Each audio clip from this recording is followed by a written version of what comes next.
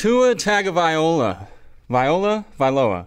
I don't know. Tua Tagovailoa is 13 out of 13 for 298 yards and 6 touchdowns on third down this year. And in related news, Alabama is the first SEC team to ever win 3 consecutive games by 50-plus points to start the year. I'm Colby. That's Bratke. This is Bootleg.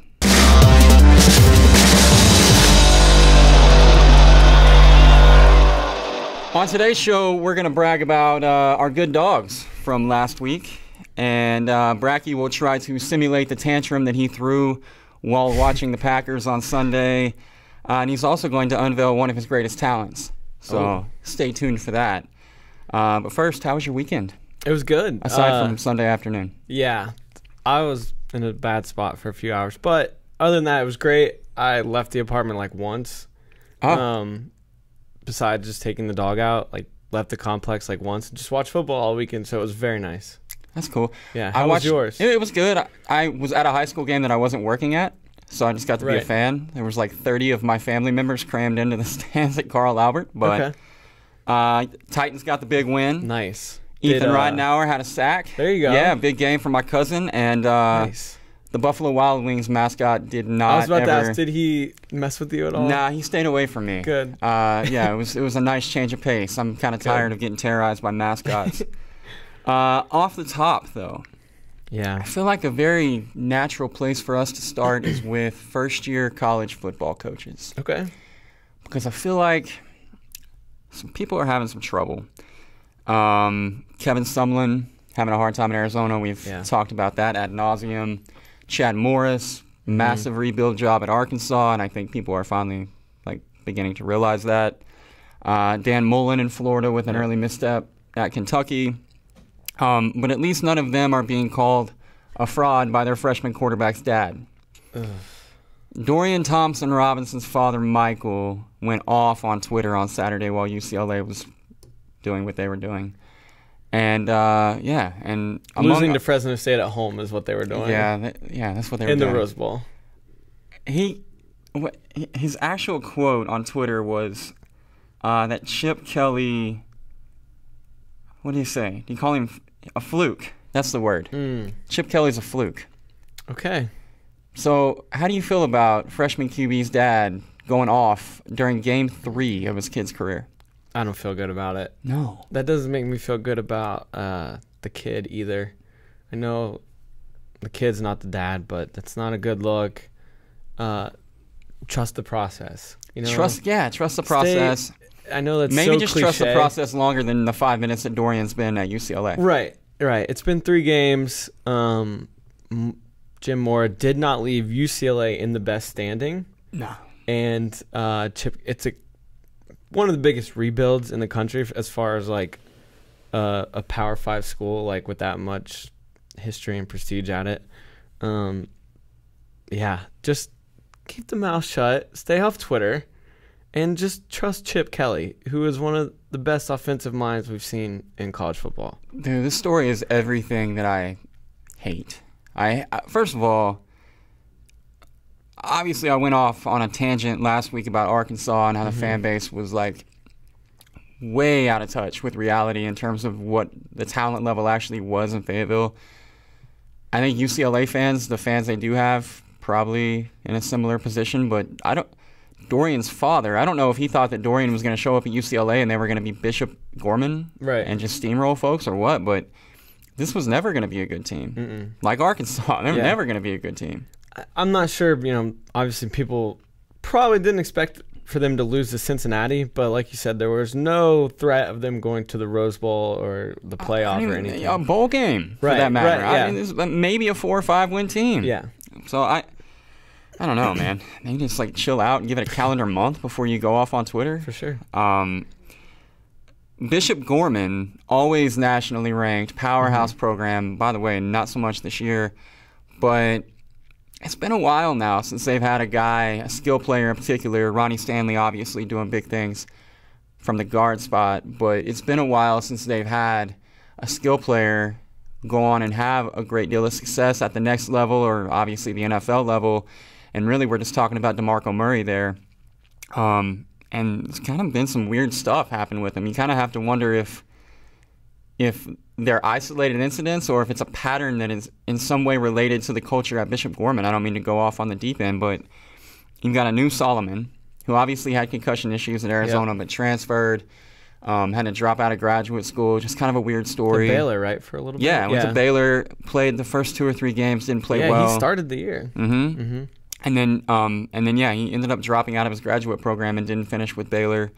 Cordell Broadus, obviously Snoop Dogg's kid, went to UCLA, quit, kind of didn't quit again, whatever happened with that. Those are the 2 real high-profile guys that come to mind. And then, obviously, Tate Martell at Ohio State. He saw the field some against Rutgers and Oregon State the first week and has been fine, but he's behind one of the better quarterbacks in college football right now. Yeah, I mean, the odds are pretty stacked against him seeing, meaningful time. Not just this year, but he's 1 year behind Dwayne Haskins. Ohio State. See him leave, or does he stick around?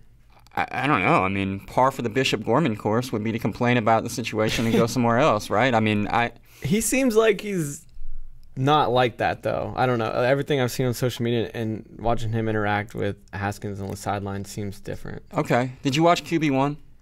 I didn't his season, no. I did not. It was, I don't know. I want to like him. Yeah. I want to like him mostly because he's a 5'11" quarterback, for which I have a soft spot. So I hope that he's able to succeed. And honestly, I hope that Dorian can overcome this little situation his dad has kind of put him in. But Bishop Gorman needs somebody to succeed at the next level because their reputation, I think, moving forward, if you're a college coach, I don't know, man. I mean, you got to kind of wonder what you're getting yourself into with the kids from Bishop Gorman, right? This was a thing here in Austin last year. The foreman's dad would go off on Twitter rants on Tom Herman. Really? So you had Armani, and he was the brother. He's a twin brother of Deontay Foreman. Okay. And he was actually not Deontay, but Armani was actually the higher ranked recruit coming out of high school. He was a wide receiver. But the dad would just go off on Twitter rants on Tom Herman last year because his kid wasn't starting. What does a parent think that does to their kid when they're... I mean, you can sit on Twitter and put your kid in a terrible position. They got to go to practice on Monday. Right. Like right You're not now, going in there seeing them every single day. Right now, Dorian is like walking into the facility at UCLA, like having to look his coach in the face and coexist with him for the next 11 weeks or whatever. Like, that's really not fair. No, not at all. I mean, it's I don't want to say it's like the Ball family syndrome because it's not like he just got mad on Twitter, but be an adult, relax, like let the thing play out. Absolutely. Another first-year coach who's not having an awesome time is Florida State's Willie Taggart. It has been rough.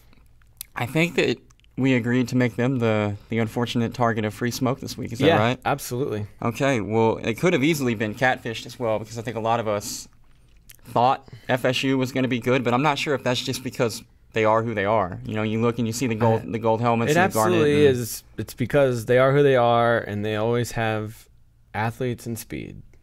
So you give a blue blood that is known for having athletes and speed the benefit of the doubt. Well, they always recruit well. Right. And, I mean, that was the thing. Like, supposedly Jimbo never had a drop-off in the quality of his recruiting classes. And it felt like that Willie was walking into a situation where the cupboard was far from empty. Right. Obviously, DeAndre Francois coming back from injury seemed like it'd be a big deal because we remember him from year before last when he was one of the great stories in college football. And he just hasn't looked comfortable at all this year. Nope. Not the same player at all, not really looking to attack, but it's hard to really fault him because this year, like last year and like the year before that, he's on his back all the time. And we kind of saw that manifest itself in some frustration with offensive linemen trying to help him up. Yeah, he was rolling the other way, refusing help up from offensive linemen.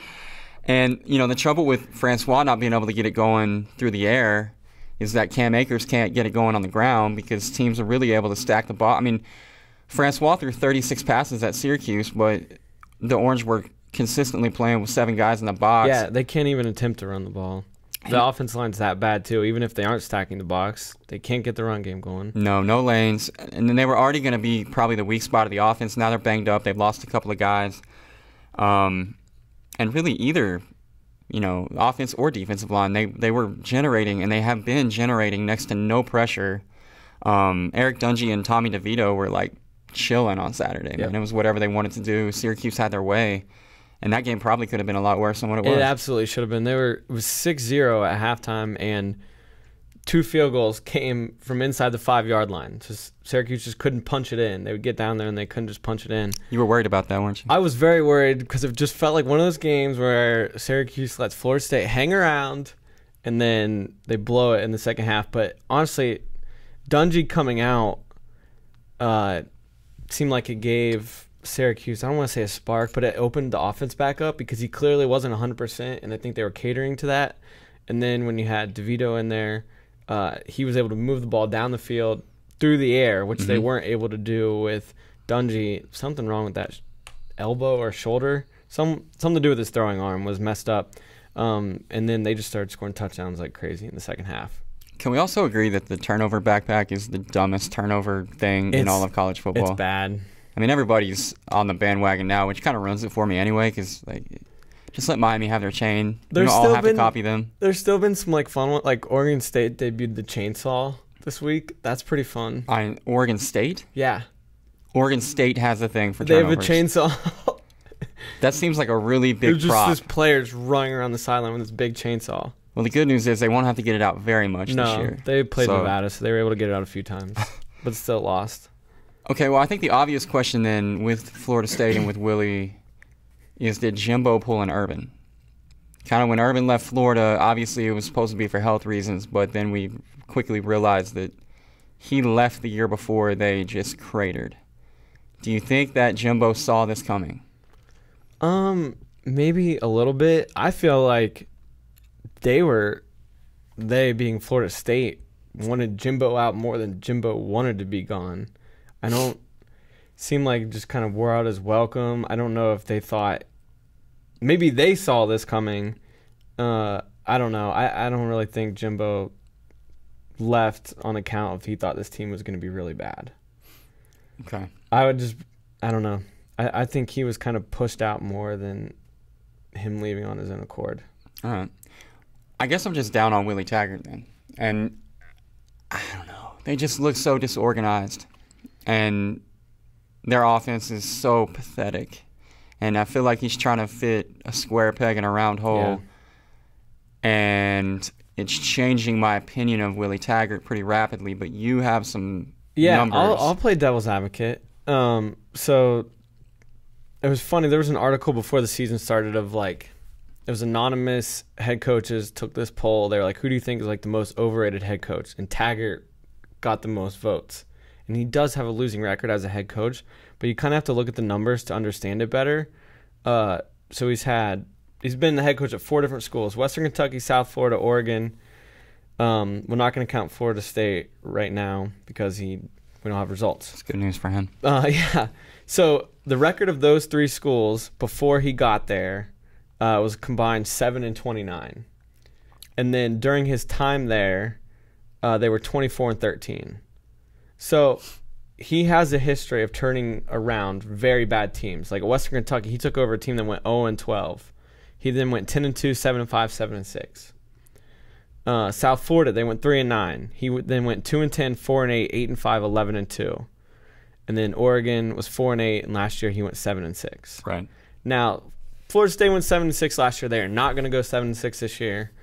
They will be lucky to probably go 3-9, 4-8, maybe. Yeah. I don't know what the rest of their schedule looks like, but that's best case scenario. I think is 4-8. I think, like you said, maybe the thing that surprises me most is that they've stuck with Francois. Yeah, you would think they would go to Blackman. He clearly at some point. does not look comfortable in the offense. He makes bad decisions. We saw it in the Virginia Tech game. He's throwing into double and triple coverage. He doesn't look as mobile as he did 2 years ago, and I understand that comes with a knee injury. But Blackman, It gives you spark an offense. Try change of something. pace, anything. Yeah, And, I mean, do you know what like the team hashtag is? No, it's really bad. Oh, what is it? Hashtag do something. I swear. Hey, I don't think it's that bad. I'm there. Hashtag do something. But it looks really bad during the games when they're like, in the third quarter, Syracuse 23, Florida State 0. Hashtag do something. Yeah, that'd be good. Hashtag get a first. Hashtag do something. Oh my god, it's so bad. All right, stop using the hashtag. I pulled up their schedule. Let's go through it. Okay. I don't think it's gonna be good for them. Okay. Okay, so that lost to Virginia Tech, beat Samford. Way to go. Congrats. Blown out by Syracuse. They've got Northern Illinois at home this week, which we'll get to when we're going through the cover 4, but they're a 10-point favorite there.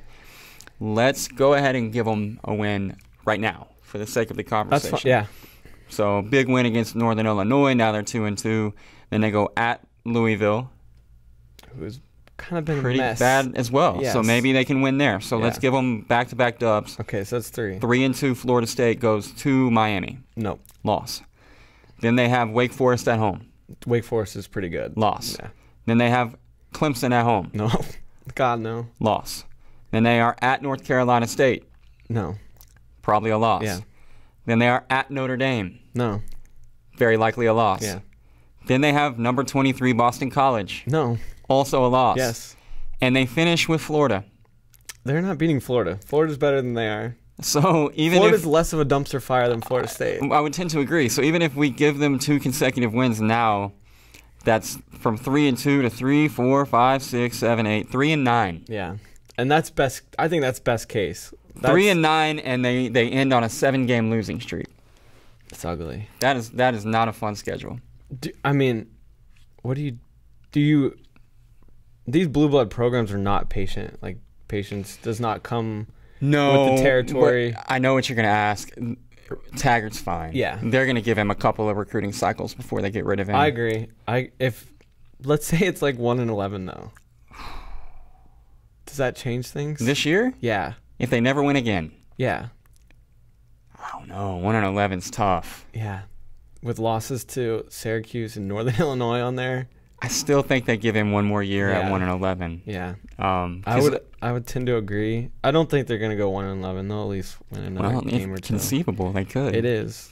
I brought up Urban in that I asked if Jimbo had pulled an Urban. Normally we wouldn't do this, but I want a bonus free smoke here because Urban Meyer's been all over our TV for the last 24 hours. Unfortunately. Which is a place he should not be. No. Why won't he just stop talking? It's like I'll tell you what, it's his ego. It's his ego. He feels wronged by this. Which is ludicrous. You are not the victim here, Urban. But he feels wronged. He feels like he was unfairly thrown under the bus. He sees that his reputation and his legacy is taking a hit, and he wants to correct it. He wants to get everyone on his side and right this wrong that he sees. That's the way I see it. He needs a publicist. Yeah. Well, because he's doing the opposite of that. Ohio State would have a PR department, and they're like, stop, dude. He's putting out these statements on his own personal Twitter that clearly the university is not sanctioning or knowing about ahead of time. And it's Urban. Stop trying to convince us. Tom Rinaldi, I don't know if you caught this while I was watching Monday Night Football last night. I'm sure the whole thing will come out Saturday on game day. But Tom Rinaldi came into his home, sat in a room, and did the interview. And all that we were able to see was, 90 seconds of that interview, and it was cringe-worthy 90 seconds. Like, if Tom Rinaldi is hanging you up in an interview, you should definitely do no other interviews, because Tom Rinaldi is going to toss you softballs all day long. This is on Ohio State, too. He met with the media for 57 minutes yesterday. Well, they asked him, nothing about Tulane, or anything moving forward the rest of the season. I bet the word Tulane never even happened. He should have gone full Belichick. We're on to Tulane. We're on to Tulane, and not talked about it. Instead, he stood up there. He contradicted what the report Ohio State put out multiple times. Especially about deleting text messages. He doesn't even know how to work his phone, man. Yeah, it's just the IT guy takes his phone. He can barely actually call people. Right. come on, guys. He's like 40. You can't expect him to use a phone. No. It's not like he's recruiting 17-year-olds. Right. Why would he need to know how to use a phone? So, but don't worry. The memory issues that hurt him at Big Ten Media Days that caused him to unintentionally not tell the truth. Right. Will not affect his coaching. He would not intentionally lie. No, of course not. He didn't mean to mislead. Well, he didn't lie. He misled. He accidentally told misled a non-truth. Right, which isn't a lie. Yeah. It's weird to watch him look so nervous and just so full of shit because the Urban Meyer that I'm used to is so like confident and cocksure, and now he's none of those things. And I almost wonder if it's going to have, if Urban Meyer, one of the greatest college coaches of the generation, I literally wonder if him coming back is actually going to hurt Ohio State. It might. I mean, I don't see him staying at Ohio State longer than like past next year. This is going to, he can't let it go. He clearly cannot let this go. I think it's just going to continue to snowball. I think he's going to lie again. I think it's not going to be, I don't think this is going to end well. The Urban Meyer Ohio State experience. Something else that did not end well. Segue. Normally, catfished, like I said, would be devoted to a team or a player or a coach who was not who we thought they were. But there was a play on Saturday that was not what anyone thought it was. And it happened in the North Texas-Arkansas game. Keegan Bradley, who, fun fact about Keegan Bradley that I learned on the tweeter machine. Okay. Apparently he quit football for a little while because he was going to become a firefighter. So courage, not an issue with Keegan. No, not at all. And that was on full display on Saturday when he basically faked a fair catch. Could have gotten absolutely obliterated. Yeah, he was just standing there straight up. I mean, it had to have been it had to come from the coaches. It had to have been a called play. Yeah. And if my coach tells me, hey, just stand there real still, I don't know if I can do it, man. Yeah. I think I might have just chickened out and thrown my hand up at the last minute. The entire Arkansas punt team was caught off guard. Everybody inside Razorback Stadium was caught off guard. The play-by-play guys were caught off guard. And then there goes Keegan down the sideline. I've never seen anything like it. No, not at all. And at that point in the game, correct me if I'm wrong, it wasn't out of hand yet. It was 7-0. Right. Yeah. So that, I don't want to say that was the dagger, but that was like, what is happening here? It didn't help. Like, their heads were spinning at that point. It didn't help. And I'll give myself more credit later on in the show, but God, that kind of went just how I thought it would. I didn't know, 44-17. I don't know if I saw that. That's pretty bad, yeah.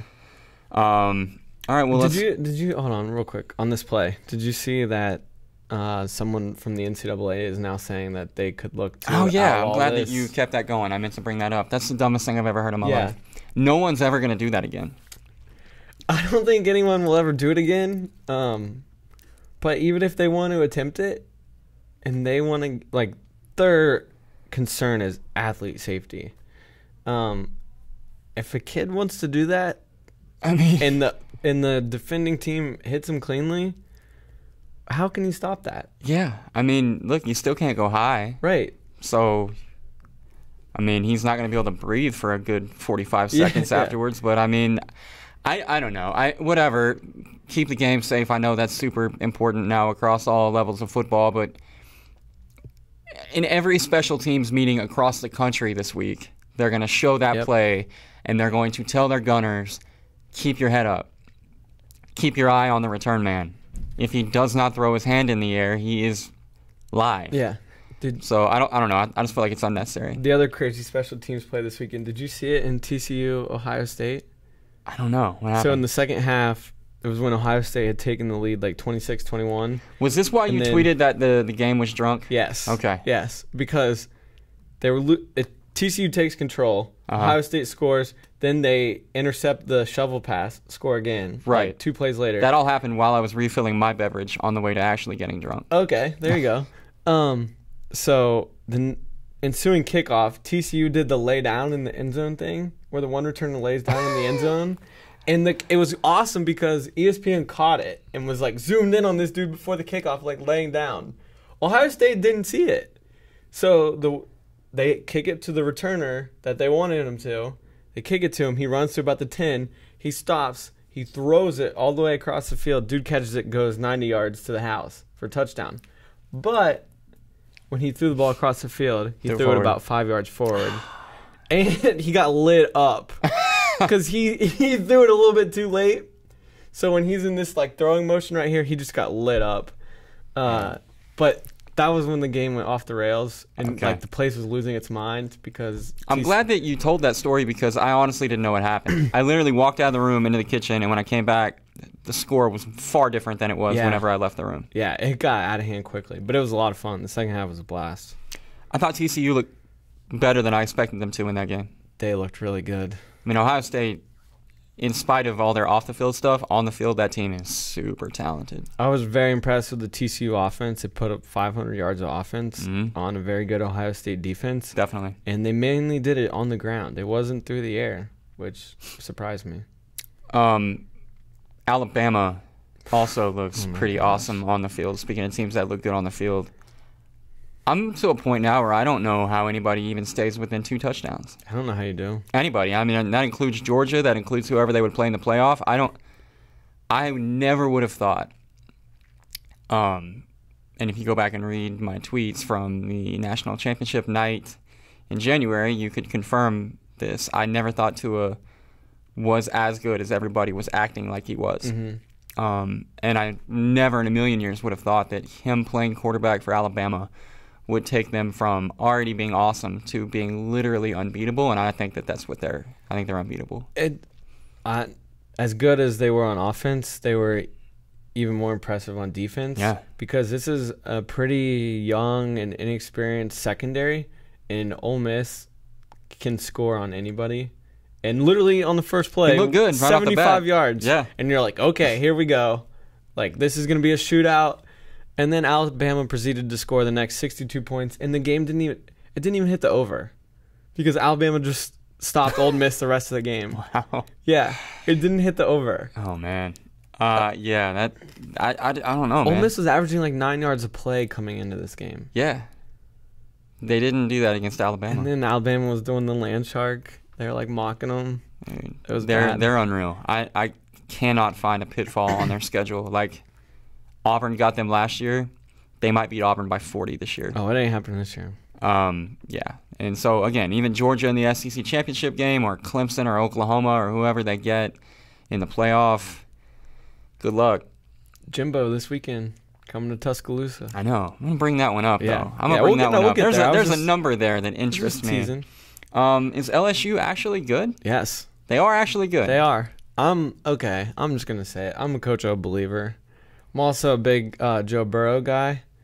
I covered him. Yeah, when please he tell was everybody else's story that you've told me now 3 times. Of course. That's what I was doing. I covered Joe Burrow when he was at Athens High School in Athens, Ohio, while I was at Ohio University, and he won Mr. Football in Ohio. He was awesome. It was really fun to cover him, and we were all surprised when he chose Ohio State. Why? Because he had a ton of other D1 offers where he could have gone and started right away. Or maybe not right away, but he would have gotten multiple years starting and he wouldn't have had to transfer as a graduate. But he literally said then in high school, like, I want to play for Urban Meyer. So they loved him at Ohio State. I know Haskins is just one of the best quarterbacks in the country. People like just I don't know if it's like his voice or it's hard to understand him or whatever, but people just love to hate on Coach O. Maybe, I mean, I guess you could say his bad 3 years at Ole Miss. Wait, what does his voice sound like? Hang on here. Our boys went out there. We got some gumbo before the game. We told them get your jaw right. We got us in an SEC battle. And Joe Burrow, he let us down the field, kicked that field goal, won, and go Tigers. It's pretty good, right? Oh, my God. It's amazing. It's amazing. I think we'll have to have Coach O back on the show in a guest spot throughout the year from now on. Absolutely. But he gets an unfair rap. Since his bad experience at Ole Miss, he's 24-8 as a head coach. That includes being an interim at USC, the interim at LSU before getting the job a season ago, and then this year. And in that time, he's also 4-2 against top 10 teams. Seems good. And you look back at last year, everyone wants to point to the Troy loss, which obviously that's not good. But Troy's a pretty dang good program. They just went and beat Nebraska. And then they blow a late fourth quarter lead to Notre Dame in the bowl game. If they don't lose those 2 games, they're 11-2 instead of 9-4, and we're not having this conversation about Coach O. Now, what probably does concerns me is they're 111th in total offense. That's where I was going to come back in. Yeah. That's my. I'm sorry, I didn't know that. No. You're. I love LSU's defense. Unbelievable defense. But Joe Burrow, everybody keeps talking about how well Joe Burrow has played. Joe Burrow, 11 of 24, 140, completed 45% of his passes in the first week. Completed 50% of his throws against Southeastern Louisiana, 10 out of 20, 151. And then at Auburn, he was 15 of 34, completed 44% of his balls. Yeah. That, to me, looks like every other LSU quarterback they've had for the last however many years. For sure. Here's the big difference. LSU hasn't turned the ball over once this year. They're the only team in the country that hasn't. He's very, maybe conservative to a fault, but I also don't think it's him. They need to open this playbook up. Just let's open it wide up. He's got the arm to make the plays. He's not going to make mistakes mentally. He's not going to make the dumb throws.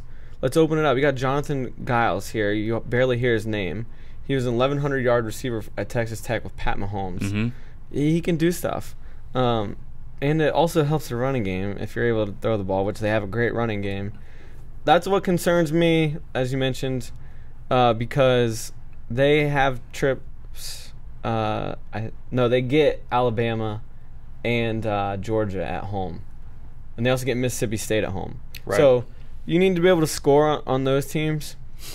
So that needs to get better. But I think, obviously, Joe Burrow needs to be a little bit better. But let's open up the offense a little bit, too. It is weird, too. I mean, obviously, Burrow at Ohio State, small sample size. But in 2016, he was 22 of 28. That's 79% for 226, 2 touchdowns, no picks. Raw QBR of 84.7, adjusted QBR of 80.8. Fast forward 2 years now, he's completing 32% fewer of his throws and has an adjusted QBR 11 points lower. Yeah. Let's go downfield.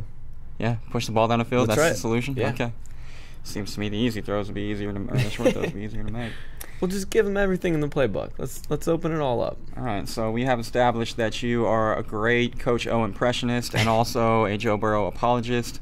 I am. Moving forward to Oklahoma State, are they maybe good? I'm not sold. Like, I know they looked great. I don't know. Do you trust them? I don't know. I loved Boise in that game. I didn't love them enough to actually bet my hard-earned $5 on them. But I didn't either. I stayed away from it too. If I had to pick a winner, I was leaning Boise. Me too. And I mean, Oklahoma State looked good on offense, but I was equally, if not more, impressed with their defense. 7 sacks. Not something I thought I would say. 7 sacks on Rippon, and Boise State put up 800 yards of offense the week before, which was the most anyone has put up since 2016. And they shut them down for the most part.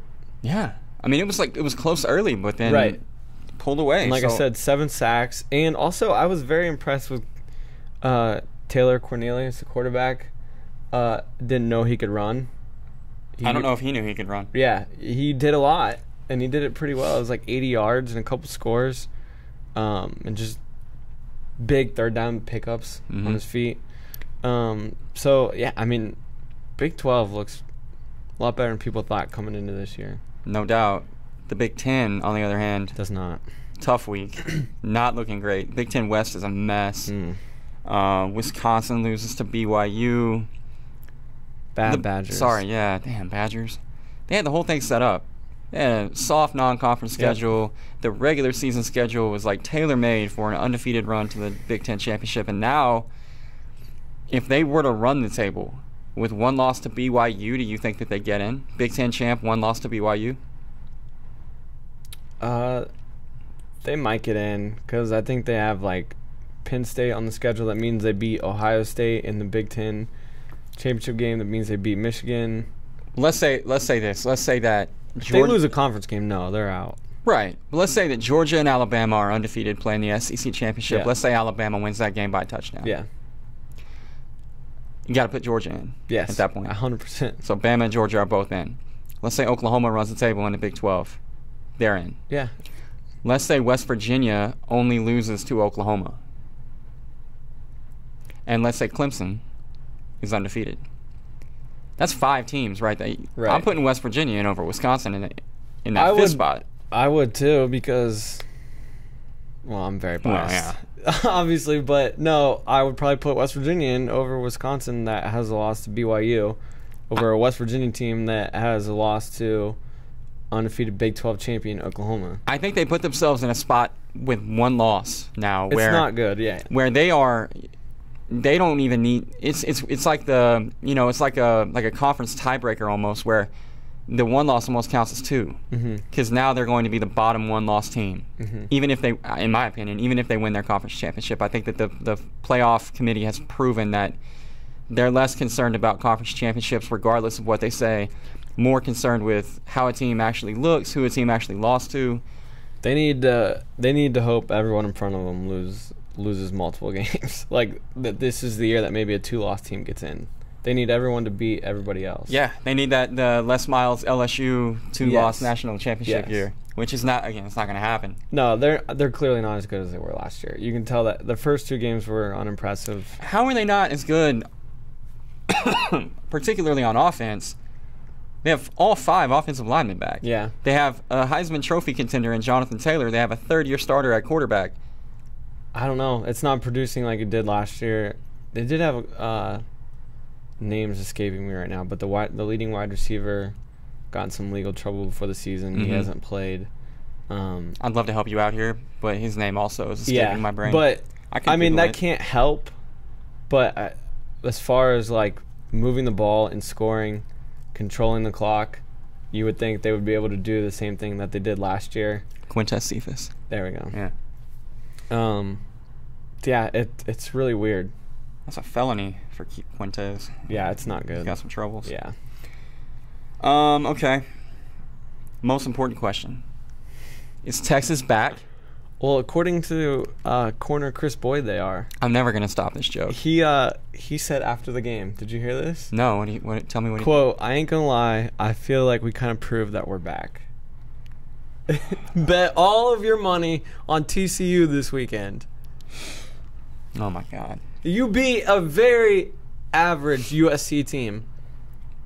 Yeah, with a freshman quarterback on the road 18. with 103,000 people at DKR. He's 18, folks. He's supposed to be a senior at Mater Day right now.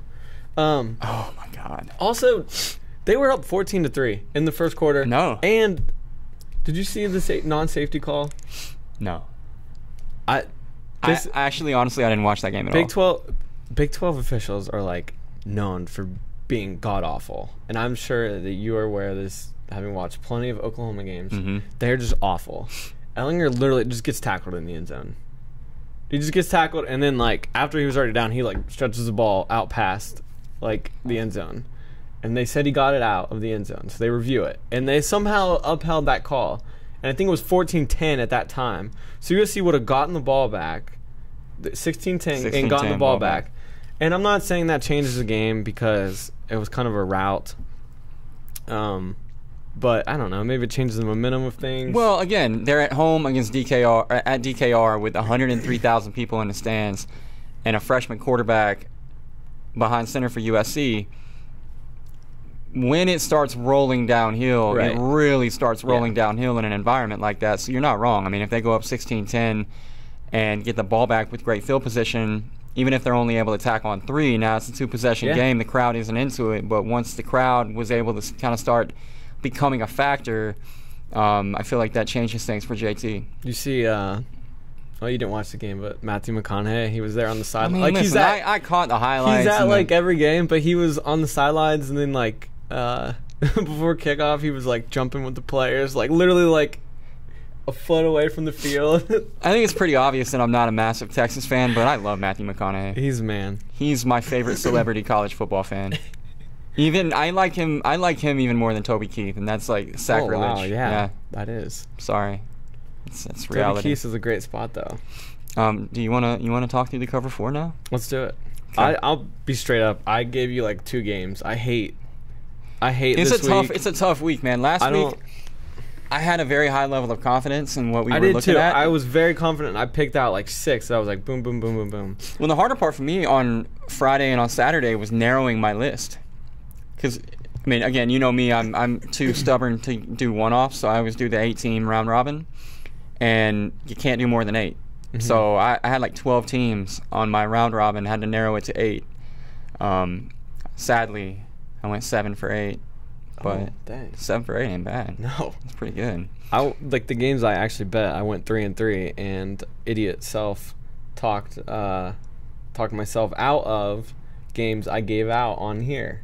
Oh, no. So maybe not do that next time, Kyle. I'll never forgive myself for going with Miami of Ohio over KU.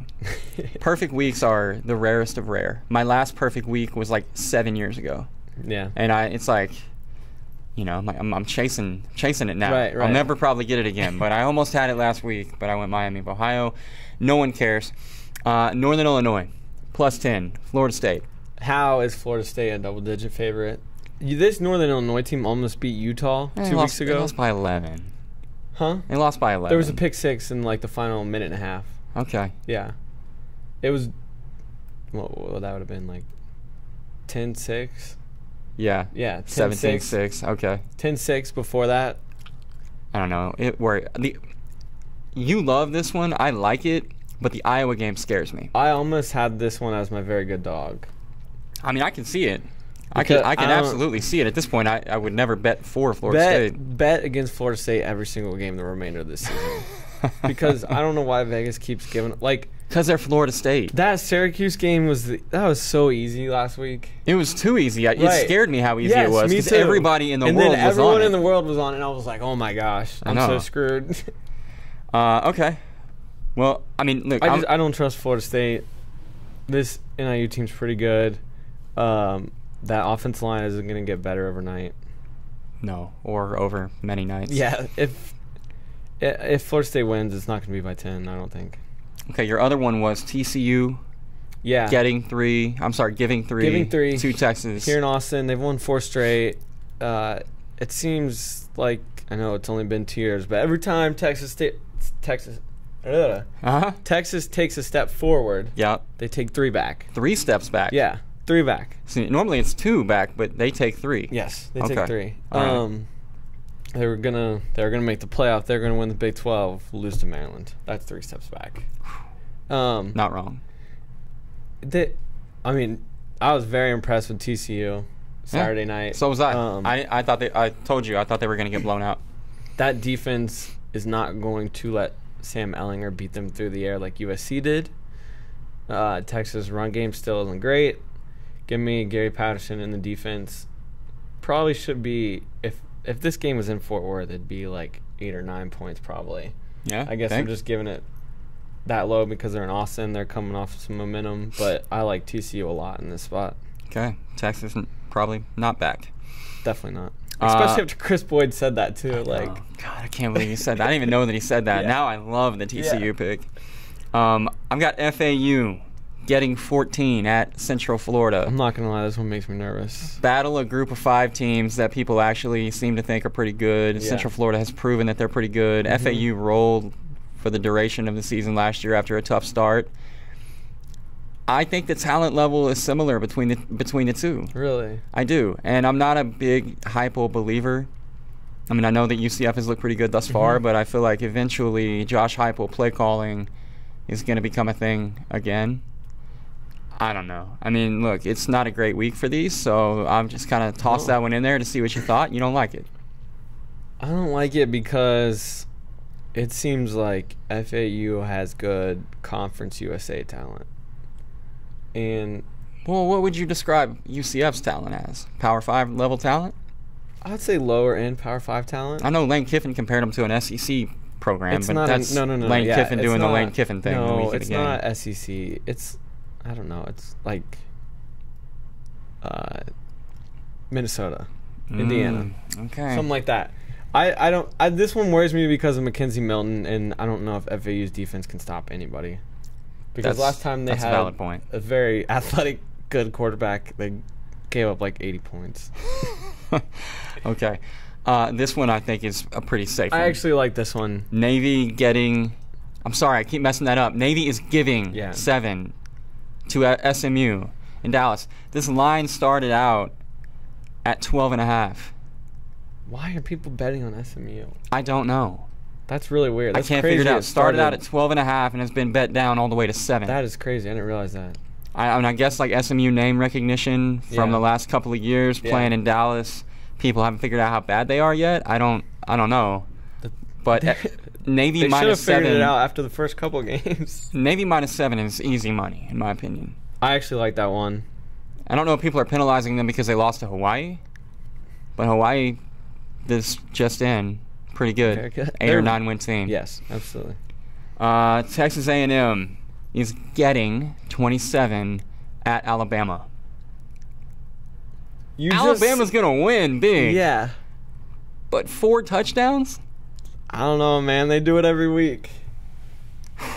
I don't know. I like it. I like it this week, right? Can that caveat just be, overarching on all these? Yeah, absolutely. If these were a week ago, I probably wouldn't have put most of them in here for discussion. This goes week to week.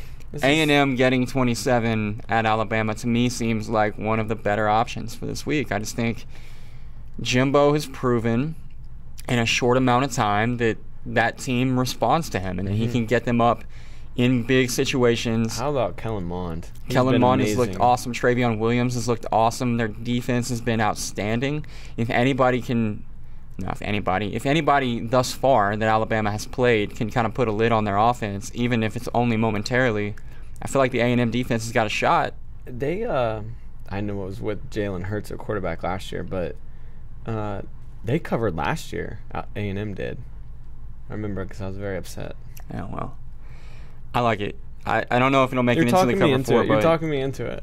it'll be part of my round robin for sure. I don't know if it'll make the cover 4 cut, but yeah, that's a lot of points. Here's a team that we've hated on for multiple weeks. Yeah. Arizona minus 6.5 at Oregon State. This is a pillow fight. It's all about Oregon State for me. They're terrible. Mm-hmm. They're really bad. They're showing life. They're still pretty terrible. No, they are. They beat Nevada. No, they lost. Oh, they ended up losing to Nevada. Yeah, by 3, but... See, they still lost to Nevada. Yeah. I'm just saying, I think last year's team would have gotten beat by 3 touchdowns by Nevada. So I think there is improvement. Incremental progress. Yes. Gotcha. Okay. Yes, that's my thing, but there's no way that Khalil Tate should be in a game with this. This should not be a game. I mean, Khalil Tate's still kind of Khalil Tate, right? Yeah. He doesn't have to be full Khalil Tate to beat Oregon State by a touchdown. No, I agree. How were his numbers last week? I know they won, but it was also against I ignored them out of spite last week. Let's. You can keep talking. Okay. I'll figure this out. Yeah. No, I just really don't like Oregon State. I like Arizona for the one and only time this year, just because of who they're playing, and also because I can't quit on Arizona. Clearly, I can't quit bearing down. Okay. Through the air, 13 of 20 for 349 yards and 5 touchdowns. I really like 20 pass attempts for Khalil Tate. That seems good. Only 4 rushing attempts. I don't like that so much. 18 yards. There you go. Positive yards. That's it. Okay. No touchdowns. But Southern Utah, it was tied at halftime. I don't know if that means anything. It doesn't. That game was tied at halftime. Arizona got to win. They're back. That's right. Arizona is back. They're back. Texas not back. Okay. Kentucky plus 10. Mississippi State's coming to Lexington. I really like Terry Wilson. Mm-hmm. I really like Benny Snell with Terry Wilson. He's good. Because it makes that running game, multifaceted, a little more difficult to defend. It is at Commonwealth at night. And Mississippi, it's going to be rocking. It's going to be rocking, and it's a great spot to catch Mississippi State because they've got the big Dan Mullen grudge match against Florida coming up next week. They want that one bad. And also, I'm just kind of a fatalist when it comes to stuff like this. I'll be at the Mississippi State-Florida game. I desperately want Mississippi State to be undefeated when I get there. So the pessimist in me is like, oh, God, they're going to lose at Kentucky. But 10 seems like... They don't 10, have to lose. They can just win by less than 10, right? Yeah. I mean, I don't know. I think 10 seems like a pretty healthy number for a Kentucky team at home at night with that offense. And Kentucky is feeling themselves. They are. Did you see that little game day feature they did? No. So Reese Davis went there because they showed a little clip of like all the guys on College Game Day picking against Kentucky, and he's like, how much longer will the streak last? And a couple of them were like 30 more years. And then so Reese Davis went to Kentucky this week, and they hung him out the window. Him out of a window. Yeah, and he apologized. That was pretty good. I also though I really got nervous for Reese in that deal. You think that was a real window? It looked like it. I don't know what was underneath. I hope they had him like tied up on the inside, or like a big pad below. Yeah, still would have hurt. That was he trusted those guys. Look at Reese, man, risking it all for ESPN. Yeah, good for him. Okay, so I don't hate it. I like that. All right, good. Got one you like. This one, I'm really disappointed that I had to be the one to bring it up. I'll explain. Go ahead, and then I'll explain. I mean, your Bobcats are getting 8.5 against Cincinnati. I almost like them to win outright. I really think they're, dare I say, a few points better than the Bearcats? No, you're not. Well, according to a site I trust very much, they are 4 points better than Cincinnati. But so I really feel like they're at least 4 points better? Yeah. I'll tell you, I don't like to bet on the teams I have rooting interest in because it seems like it never goes well for me, and I bet with my heart too much. But I really liked them. I really liked them last week in a spot against a Virginia team that I didn't think was that good, and they were getting like 8, and then the public liked them a lot too, and it went down to like 4, and then they could not get a stop on defense, and I think ended up losing by like 12 or 13, but we're down a lot in the first half, kind of stormed back. But no, I agree. 8.5 is a lot of points, and I don't think Cincinnati covers that. And like you said, it would not shock me one bit if Ohio wins outright. I feel like that one's probably going to be in the cover 4. I like that because I feel like you would like it more if you weren't trying to just defend yourself against pulling for your own team. For sure, and I think I'm not gonna lie, I was disappointed last week because I really thought we had a shot against Virginia last week. So I think it's just more like being gun shy. Okay. And just a little disappointed. But no, I think it's a great pick, and if we get our first 2 games against Howard and Virginia, we felt like these big 20-point deficits. So it's just you get a decent start, you'd be fine. If they get a decent start and don't obviously fall behind 20 points early, that usually helps. It usually helps. I know it sounds really stupid saying, but if they just start a little bit better, I absolutely think they cover that. Okay. We like it. Ohio getting 8.5 points at Cincinnati. Let's go Bobcats. Very good dogs. We went 2-0 last week. Guys need to start believing in us. Resoundingly so. It wasn't even close. Blowout city. We gave you free money, and I hope you took it last If you week. didn't, you should be ashamed of yourself. You should be. Are we giving the people free money again this week? Absolutely. We're running it back again. Okay, who you got? I liked this game before Wisconsin lost at home last week. Iowa is 4-1 in their last 5 night games against top 5 teams. Now, I know Wisconsin is no longer a top 5 team, but these 2 teams play for the Heartland Trophy. Okay. It's a big pig. That's cool. Yeah. It means a lot to both schools, and nighttime in Kinnick is an underrated atmosphere. They just added like a bunch of new seats in the back of the end zone. Iowa is 3-0. Haven't really been talked about, but they dominated an Iowa State team that just kind of gave OU a little bit of a test. Pushed them a little bit. Yeah.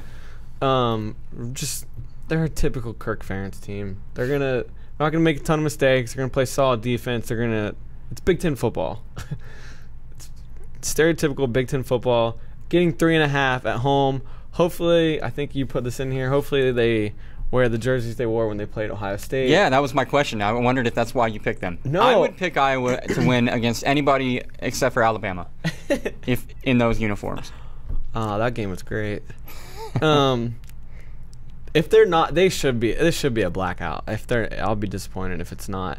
I don't know. I like them in this spot a lot. I really don't think this Wisconsin team. I don't know what's changed, but I don't think they're as good as last year. Kinnick at night. This has nothing to do with it, but They have a ton of blue chip wrestling recruits coming in for this weekend. Putting off for the wrestling recruits. That's right. Okay. Give me Iowa getting 3.5 at home at Kinnick. I like it. I like it a lot. But mine. I looked at this one. Minnesota is getting 3. Is it 3 or is it 3.5? I saw it at 3, but getting 3 could have changed. I still like it at 3 against Maryland, a team whose offense forgot to show up to the game last week. Tell people what they did. What Maryland did? Yeah. Who'd they lose to last week? Temple. An 0-2 Temple team that had lost to Buffalo and someone else not very good. No, I don't understand Maryland. Maryland beat Texas, guys. Always. And then I'm like, Maryland is kind of nice. And they had the good feelings going on. They needed some good feelings, Lord knows. And they had them. Yep. The football product on the field was keeping the people joyous. And then they lost all their joy. It was their first home game, too, which was crazy. You know, they went. You'd have thought it was a gimme. Right. A layup. Right. And they looked terrible. Awful. And now, you got P.J. Fleck and the Gophers coming in 3-0. Things are starting to roll a little bit. They are. Starting to row the boat. So I like them a lot. Okay. I like them a whole bunch. I think Minnesota could potentially win by multiple touchdowns. Okay. I think this could be another, not a complete North Texas Arkansas deal where they win by 1 million, but I think Minnesota could win comfortably at Maryland. A lot of people were down on Minnesota coming into this year. I think just because they didn't know what to expect. You know, they're starting true freshman walk on, right? I mean, that's not ideal. No, absolutely not. And they looked a little shaky against New Mexico State. Right, they lose their starting running back, and then Fresno State came into town. They squeaked that one out. Well, apparently Fresno State is a great program. Yeah. So no, they really. I mean, they won 10 games last year. I think it was a trendy pick to pick Fresno State. Minnesota gets it done. They kind of control a pretty decent Miami team last week, Miami, Ohio, that is. This is a great spot for them. Maryland coming off a really bad loss. They got a lot of momentum rolling. Now, what are the odds that I'm on the wrong side of Minnesota 2 weeks flipped? Because I had Miami of Ohio last week. Bit. Yeah. I'm not going to be, though. That's the way it goes. Very good dog, Minnesota. We only hand out winners. That's right. Mark it down in permanent ink. You want to talk about the professionals? Let's do it. My man, Pat Mahomes. You ranted about him last week, and then he backed it up even more. No. 6 touchdowns. Mitch Trubisky threw 13 NFL starts, 7 touchdowns. Pat Mahomes, in 1 game, 6 touchdowns. Yeah. NFL record, 10 touchdowns through 2 games. He's a video game player. With Andy Reid, he's a video game player. It's not fair. He's got too many weapons. He gets to pick and choose where he goes with the football. Sammy Watkins had the most casual 100-plus yard receiving day on Sunday that I've ever seen. I didn't realize he had 100 yards. Yeah. Travis Kelce the week before was invisible. Last week, we're just going to go ahead and throw him 500 touchdowns. Tyreek Hill got loose, scored a touchdown. Had a bad game. Only 90 yards for Tyreek Hill. Unreal. They have so many weapons. They're the most fun team in the NFL to watch. The question is, when does around like week 10, when does the Andy Reid effect kick in? Nah, Andy Reid effect only happens if it's 2-minute drill, clock management situation late in the game. So the key here is that Pat needs to give him a big enough lead every week that Andy's clock management never comes into play. They let the Steelers back into this one. I know. I think the Chiefs are a 12-win team. I think they're the clear favorite in the division. I think that if I had to rank AFC teams right now, I probably would go with the Pats or the Jaguars ahead of them, but after that, Chiefs are right there. Really good. Somehow I still found a way to lose my fantasy game with my quarterback scoring 38 points, so that was fun. But yeah, was real impressed with Pat Mahomes, and it kind of shows you how bad Tech actually really is under Cliff Kingsbury, because they had that transcendent talent at quarterback, and what they do, win like 8 games with him. His last year there, I don't even know if they won that. What was it, 2016? I don't know. Look it up. By the way, if you're in Kansas City and you're looking for a place to watch a game, There's a super great place in Westport called Char Bar. They got a little field turf situation outside, which I'm always a sucker for field turf at a bar. That's great. They got the horseshoes. They got the Bago, million TV screens, and the 4th best barbecue in Kansas City. Oh, okay. Mm-hmm. You're going to be really pissed off. Oh, well. They went 5-7. Oh, okay. Well, what did they do the year before that? So Char Bar. 7-6. Oh, see, there. I knew they won bowl game eligible at some point. They lost in the bowl to LSU, but yeah. So the point is, with a player as good as Pat Mahomes, the best they could do is 12 wins in 2 years. That's not good. It's not great, no. Especially for a guy who's already punched his ticket to the Hall of Fame. Yeah. So, shout out to Pat. What's up, Kansas City? My Cowboys maybe don't suck. Maybe don't suck. Right. The offense still needs to get much better, but it looked a little better. Dak it was like flashes, you know. It was like that first drive that was scripted. Well, yeah. Hey, let's throw a 100-yard touchdown pass to Tavon. What was it really, like 78 or something like that? Yeah, like 70. And then Tavon made Janoris Jenkins look silly. He did. But Tavon's fast. I don't know if you knew that. Oh my gosh, it's just like flashes though. Like you see that, and then put together a drive where Zeke scored. But I mean, there are a bunch of just drives in between there where it was 3 and out, and you're backed up in 3rd and long. You know, the Giants' defense is decent. Yeah, but decent defense. Yeah, I don't know. It's a long season. I'll take it. Yeah, it's a long season. After week 1, I'll take it. The end of that game got weird. Yeah. Were you? Yeah. Okay, yeah. The end of the game got weird. I did not appreciate that much. That game got a little drunk too. Yeah, a little bit. Cowboys have a half a dozen sacks, which for a Rod Marinelli defense, here's the Chris Richard effect, man.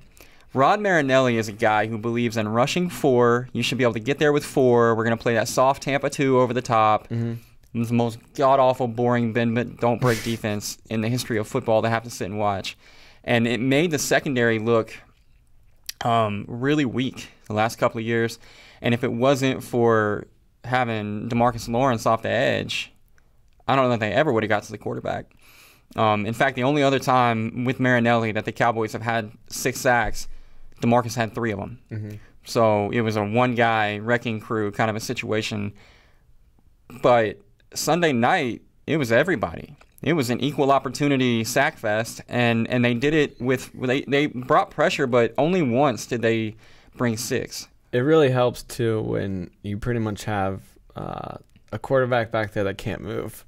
I love watching Eli Manning play football. I really like Eli. I love watching him for all the wrong reasons. So. Yeah, I'm sure you do as a Cowboys fan, but he can't move anymore. Like there were a couple times where like anyone else would have been like saw the blitz coming. Guy wasn't picked up. You know, they brought one more than the offense had to protect, and instead of rolling out and at least being able to throw it away, Eli can take like 2 steps and then he just has to fall down so he doesn't get killed.